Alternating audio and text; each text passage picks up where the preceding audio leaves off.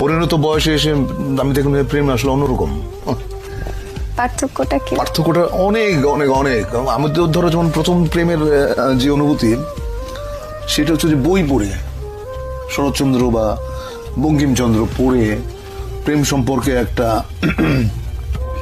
একটা ধারণা মাথায় ছিল। ওইটা আসলে প্রেমের অনুভূতি না। প্রেমের অনুভূতি একেবারেই অন্যরকম, একেবারেই। এটা এক একজনের কাছে এক এক রকম, এটা কেউ কাউকে বলে বোঝাতে পারবে না। প্রথম প্রেমের কথা বলছেন, সেটা বইয়ের কথা বললেন, কিন্তু প্রথম মানব প্রেম যদি বলি সেটা হচ্ছে আমি তখন অনেক ছোট। কত বয়স? কত বয়স কত হবে তখন? এই ধরো 14-15।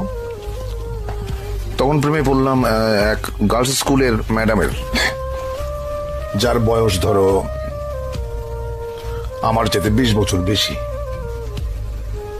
ওইটা আমার প্রথম প্রেমে পড়া।